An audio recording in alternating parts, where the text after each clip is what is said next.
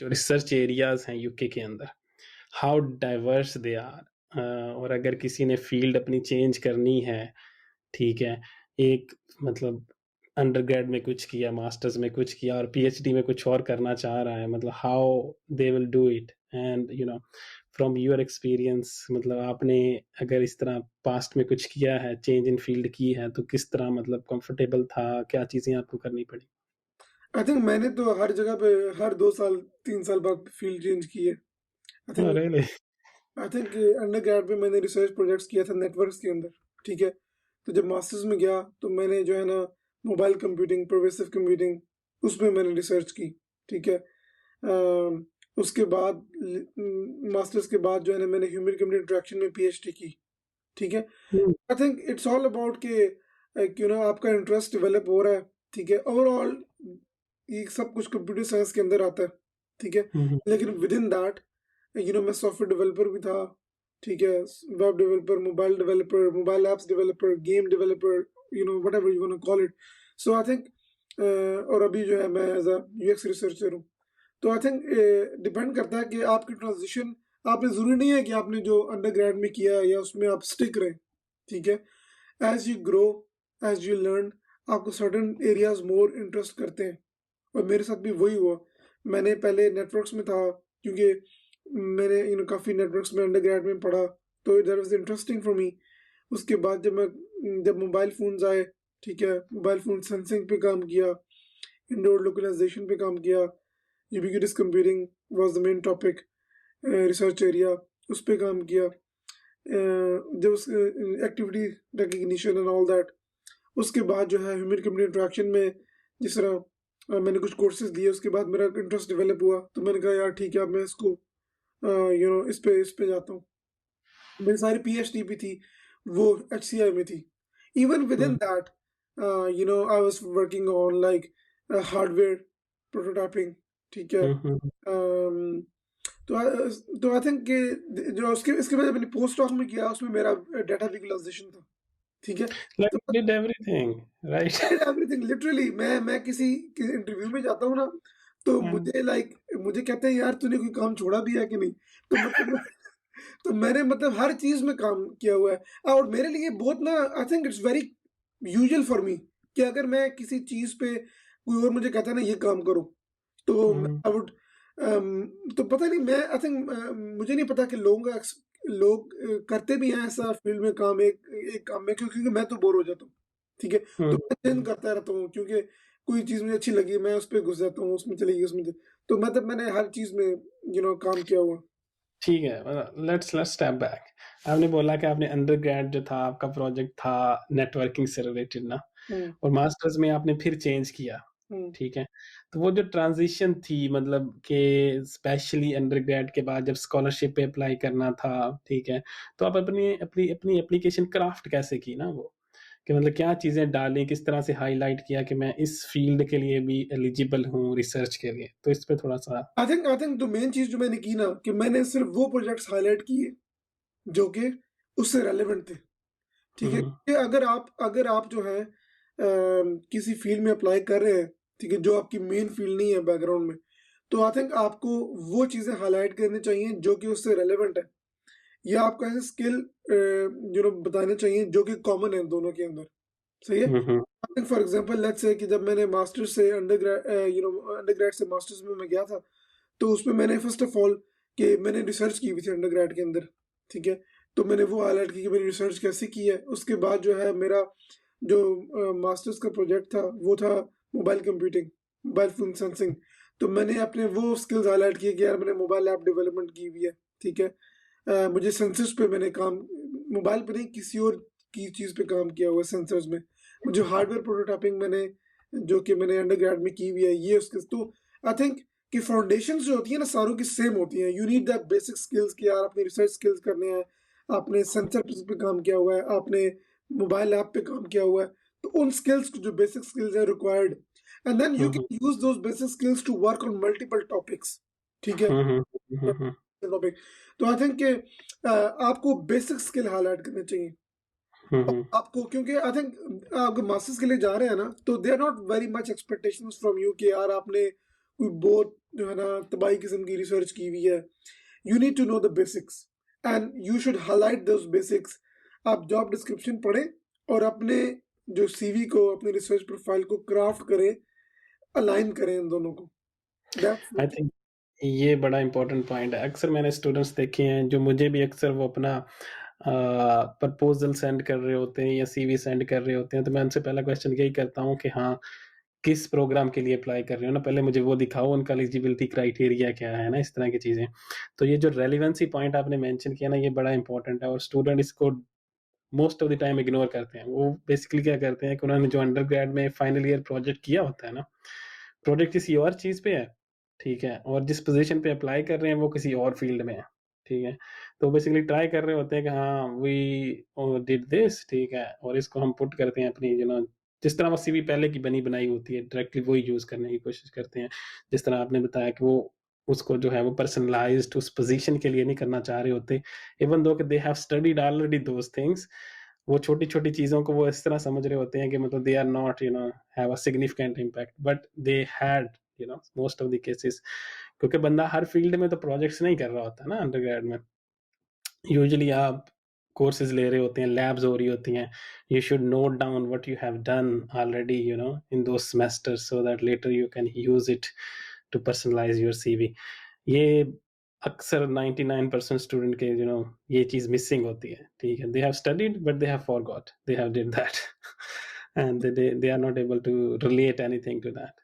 आई think आप इतने undergrad में प्रोजेक्ट्स करते हैं, हर हम्म हर कोर्स के एंड में आपका एक प्रोजेक्ट होता है, ठीक है? हम्म हम्म हम्म तो I think there are plenty of things that you can actually highlight, ठीक है? हम्म तो आपने कोर्सेज किए हैं, उनके प्रोजेक्ट्स किए हैं, आपने कोई ऐसे अपना हॉबी प्रोजेक्ट किया है, ज़रूरी नहीं है कि आपने चलो कोर्स से रिलेटेड करना है आपको। हम्म अगर आप उस फील्ड में इंटरेस्टेड हैं, ठीक है, you can do some hobby projects, 1-2 weeks का, 3 वीक्स का, ठीक है, कोई एक प्रोजेक्ट कर सकते हैं, ठीक है? तो ज़रूरी नहीं है कि, आई थिंक ज़रूरी है कि आप उन प्रोजेक्ट्स को हाईलाइट करें। इट्स वेरी, हम्म ये और जॉब से जो रिलेटेड है ना, crafting your CV with respect to the job is very important, because of course लोग क्या करते हैं कि यार जस्ट ब्लाइंडली सीवी भेज रहे होते हैं कि यार चलो हम्म यार हमारा जो है ना चांस लग जाएगा।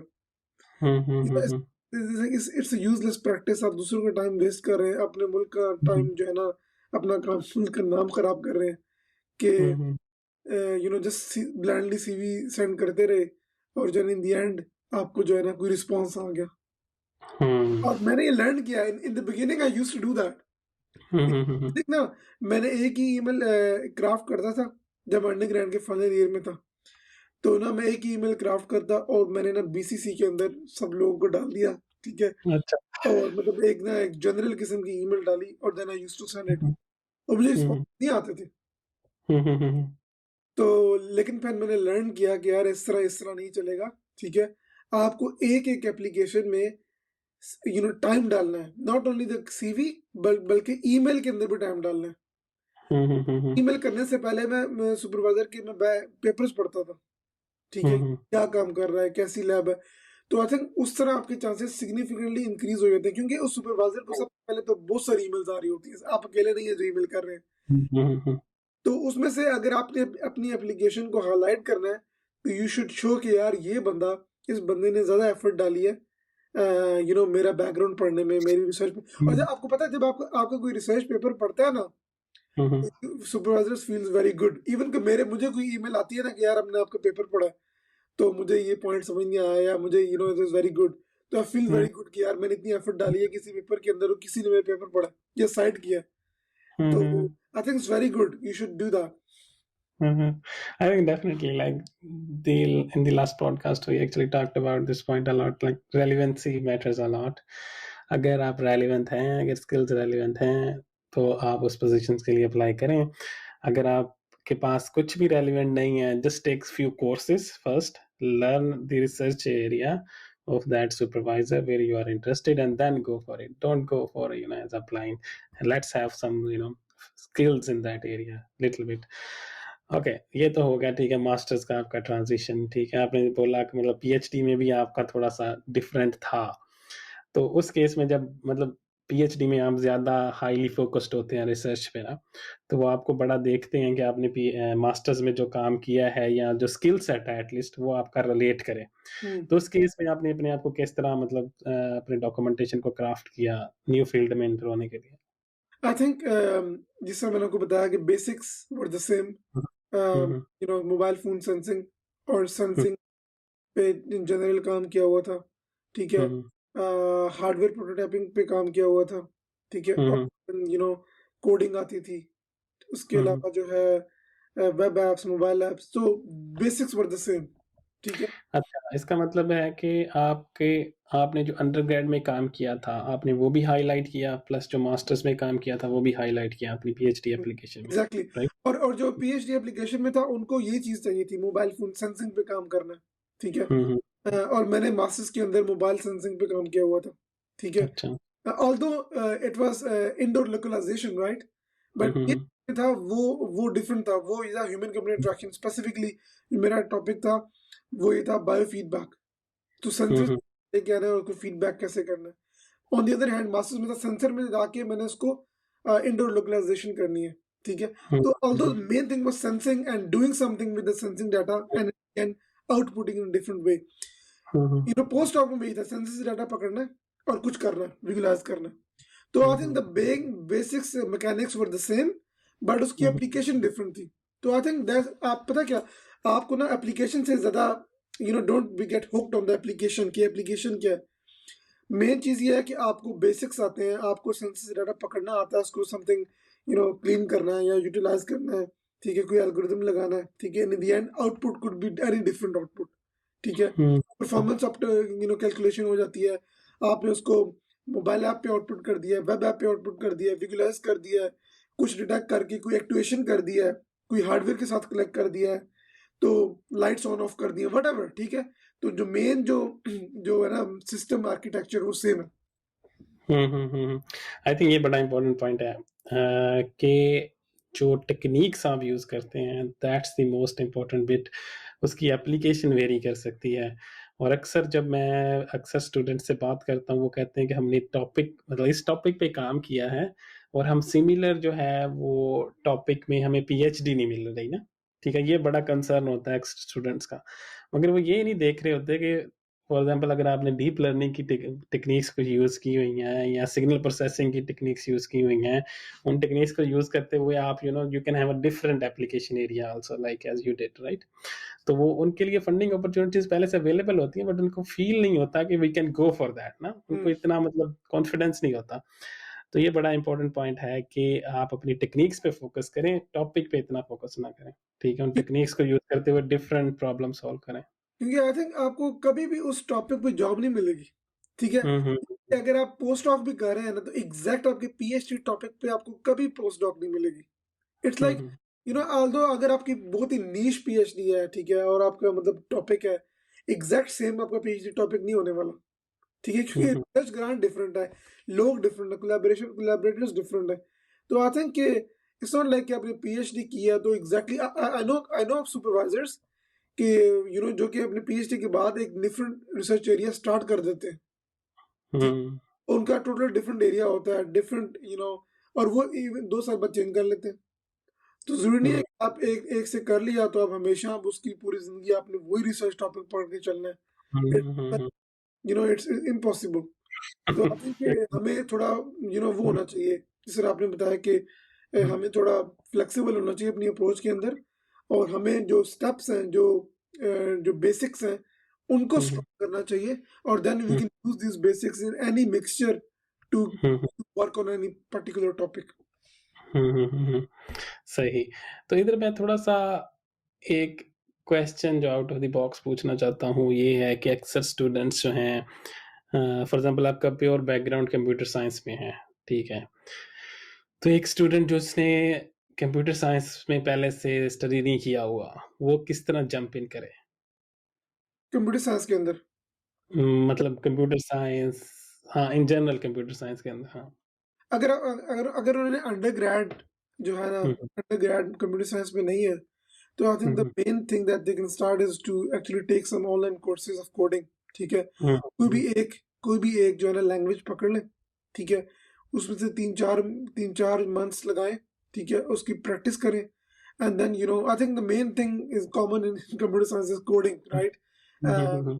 तो आई थिंक 3-4 महीने के अंदर अगर आप टाइम लगाएं तो आपको अच्छी भली नो हाउ आ जाएगी कि यार कोडिंग कैसे करते हैं, ठीक है। उसके एग्ज़ैक्ट बाद उसके बाद ये आपको ये पता होना चाहिए रिसर्च कैसे करते हैं, क्योंकि आई थिंक अंडर ग्रेड में लोगों को रिसर्च का नहीं होता कि यार रिसर्च कैसे करनी होती है, ठीक है। हुँ, अगर हुँ, आपको कोडिंग करने आती भी है ना, there is a way to actually craft a research paper और रिसर्च प्रॉब्लम, एंड हुँ, उसको हुँ, मेथोडोलॉजी और उसको कंडक्ट कैसे करते हैं, उस पेपर को राइट कैसे करते हैं, ये एक सेपरेट स्किल है, ठीक है। हुँ, हुँ, हुँ, अगर हुँ, आप हुँ, आपको टेक्निकली बहुत स्ट्रांग है, it doesn't mean that you can publish a really good research paper, ठीक है। हुँ, हुँ, हुँ, स्पेसिफिकली मेरी फील्ड के अंदर ह्यूमन कंप्यूटर इंटरेक्शन के अंदर there is a different way of writing a paper, ठीक है। हुँ, आपको हुँ, राइटिंग स्किल्स आने चाहिए।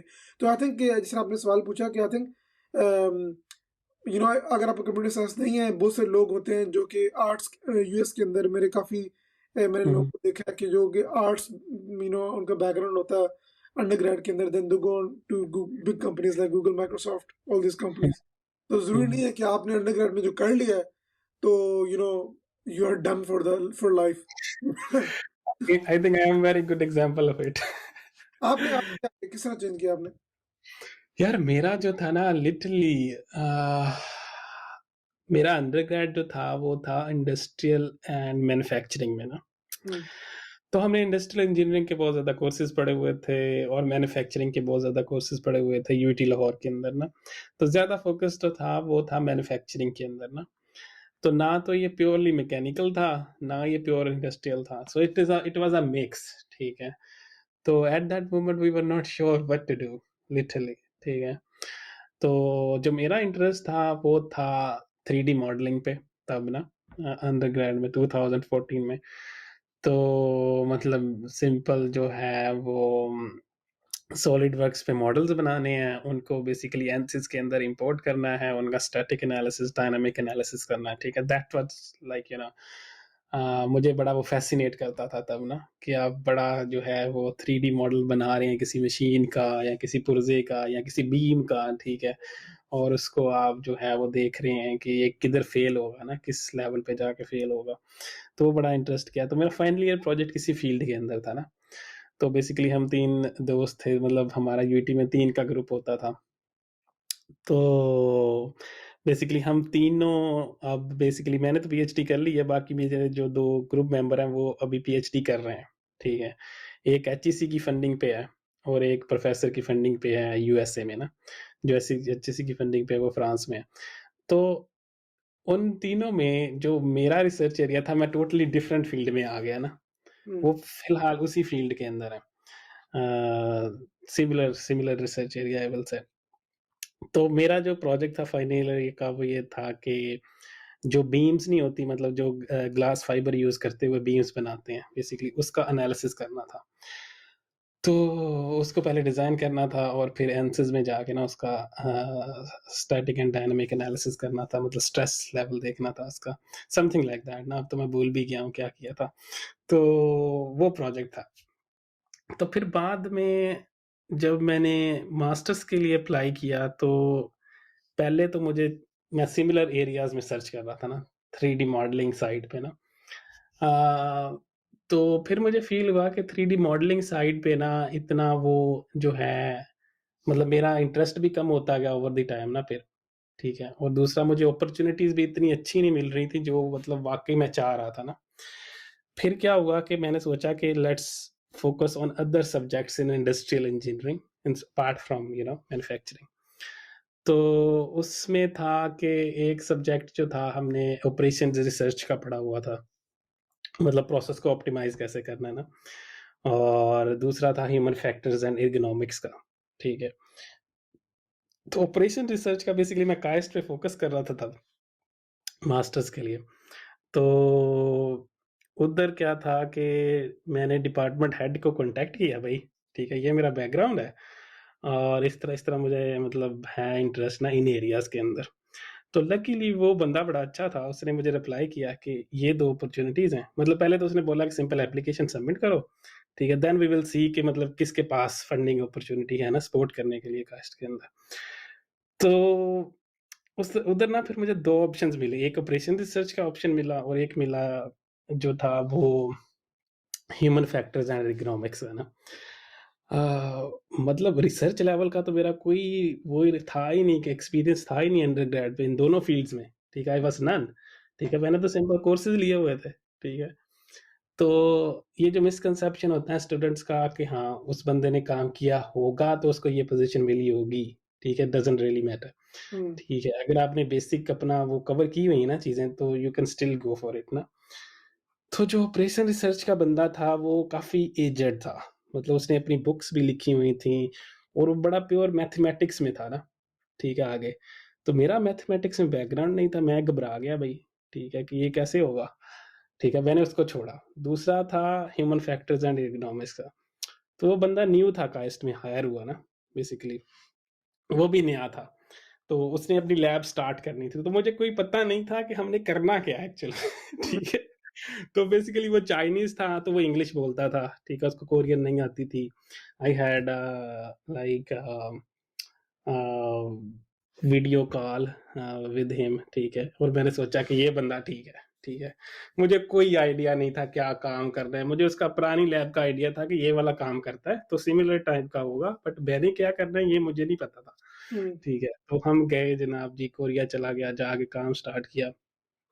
तो वो जो काम था ना, वो था सेंसर से रिलेटेड ना, हुँ, जो ये एक्टिविटी मॉनिटरिंग होती है या ये जो इनर्शियल सेंसर्स होते हैं, ठीक है, इनको यूज़ करके सिग्नल प्रोसेसिंग की टेक्निक्स यूज़ करनी है आपने, और जो है डाटा को एनालाइज़ करना है, मशीन लर्निंग के मॉडल्स बनाने हैं, इस तरह का ना। इवन दो कि मेरा थोड़ा बहुत कोडिंग का बैकग्राउंड था, बट नॉट दैट लेवल, ठीक है। So I learned all those things during that time, ठीक है। Spent a lot of time कि हाँ, सिग्नल प्रोसेसिंग को किस तरह यूज़ करना है, एक्टिविटी किस तरह रिकॉग्नाइज़ करनी है, मॉडल्स कैसे बनाने हैं। नॉट ओनली दैट, फिर ये भी था कि आपने मोबाइल एप्लीकेशन कैसे बनानी है, इनको यूज़ करके ना सब डाटा इसको। तो क्या करते थे कि हम पहले मैटलैब में सारा कुछ कोड करते थे। मैटलैब से कोड करने के बाद फिर हम उसको एंड्रॉयड में कन्वर्ट करते थे ना। तो उसके उस प्रोजेक्ट में मतलब हम 3 लोग थे। मतलब एक मैं था, एक 2 और चाइनीज़ थे, तो एक पोस्टडॉक लेवल का बंदा था, तो हमारे तीनों का ग्रुप था। तो I learned a lot from Chinese ना। तो उधर क्या हुआ कि मेरी ये जो स्किल्स थी ना, ये कोडिंग की और ये एनालिसिस की, ये बहुत ज़्यादा शार्प हो गई हैं तब। तकरीबन 2 सवा 2 साल मैंने उधर गुज़ारे ना। तो उसकी बेस पे इवन दो कि वो जो मेरा काम था वो सिंपल जो था वो हेल्थी लोगों के ऊपर था, कि मतलब उनका जो है असेस कैसे करना है, मतलब फ्यूचर फॉल रिस्क ना। तो क्योंकि कोरिया में फॉल रिस्क असेसमेंट बड़ा इंपॉर्टेंट टॉपिक था, क्योंकि जो उनकी एजिंग पॉपुलेशन थी ना, उनकी एज एवरेज एज ज़्यादा है उन लोगों की, तो उन लोगों को जो है वो जब वो गिरते हैं तो उनकी जो है फ्रैक्चर वगैरह काफ़ी होता है, तो उसको प्रिवेंट कैसे करना है ना फ्यूचर में आपने। तो इस तरह का वो मेरा सारा टॉपिक था।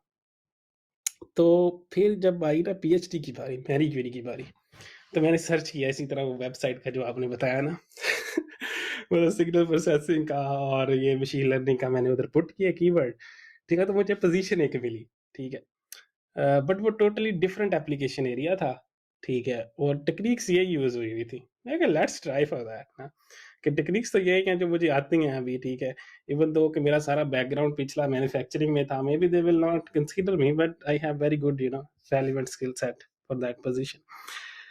तो मैंने अप्लाई किया, तो I just had a interview with them, ठीक है, तो उन्होंने मुझे हायर कर लिया, ठीक है। तो काम जो था वो टेक्निक सेम यूज़ हो रही थी, सिग्नल प्रोसेसिंग की, मशीन लर्निंग की, बट जो एरिया ऑफ रिसर्च वो ये था कि आपने पार्किंसन डिज़ीज़ को किस तरह अर्ली आइडेंटिफ़ाई करना है। तो टोटली डिफरेंट एप्लीकेशन थी, ठीक है। वही एक्टिविटी रिकग्निशन हमने करनी थी, वही मॉडल्स बनाने थे और वही प्रेडिक्शन क्लासिफिकेशन का काम था, राइट? हुँ, वेरी स्ट्रेट फॉरवर्ड। तो भैया जो था, हम आ गए इधर यूके में आ गए, ठीक है, पीएचडी मिल गई, ठीक है।